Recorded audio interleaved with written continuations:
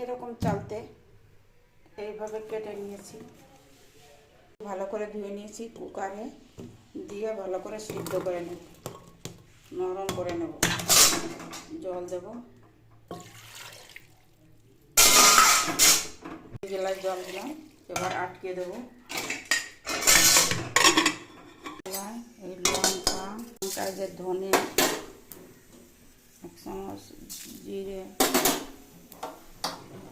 চামচ পাঁচফোড়ন, এগুলো মিশিয়ে ভেজে নেব। গুঁড়ো করে নেব, গুঁড়ো করে নিয়েছি।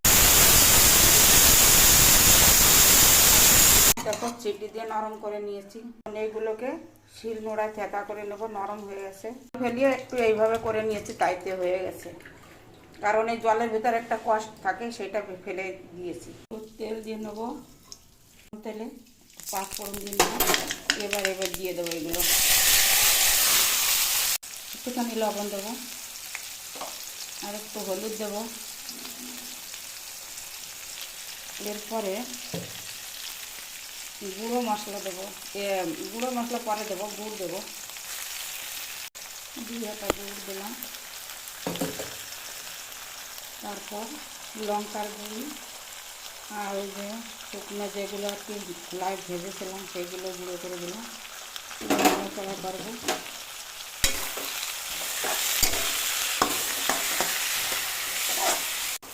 এইটা আমি ঠান্ডা করার জন্য বড় পাত্রে রাখবো, বলে আমি রাখবো না, কারণ মেয়েটা নিয়ে যাবে, খুব ব্যস্ত হয়ে পড়ছে, সন্ধ্যার সময় চলে যাবে। এখন 3:30 বেজে গেছে। বন্ধুরা, এই আচার খুব টেস্টি হয়, তোমরা জানবে না, এইভাবে বানিয়ে খাবে। আমি তো কাউকে দিতে পারবো না, বাড়ি যেতে পারবো না, দিতে পারবো না, আসতে পারবে না, তবে আমি যে দেখাচ্ছি তোমরা এইভাবে বানিয়ে খাবে, খুব সুন্দর। বেশ কিছুদিন, 1-2 মাস চলে যাবে, কোনো ক্ষতি হবে না। এই যে যা হচ্ছে না, বলবো বন্ধুরা, জিভে জল এসে যাচ্ছে, খুব সুন্দর আচার। আমি নিজেই বলছি, নিজেই বানাচ্ছি, তোমরা খেলে পরে বুঝতে পারবে, দারুণ। এই বানিতে রাখবো, দেখো ওটা রাখা যাবে না, এখন চলে যাবে, ঠান্ডা করে রাখতে হবে, তাই আমি একটা এমনি পাত্রে রেখে নেবো, বন্ধ করে দেবো। আচার রেডি, দেখো সুন্দর আচার, তুলে নেব।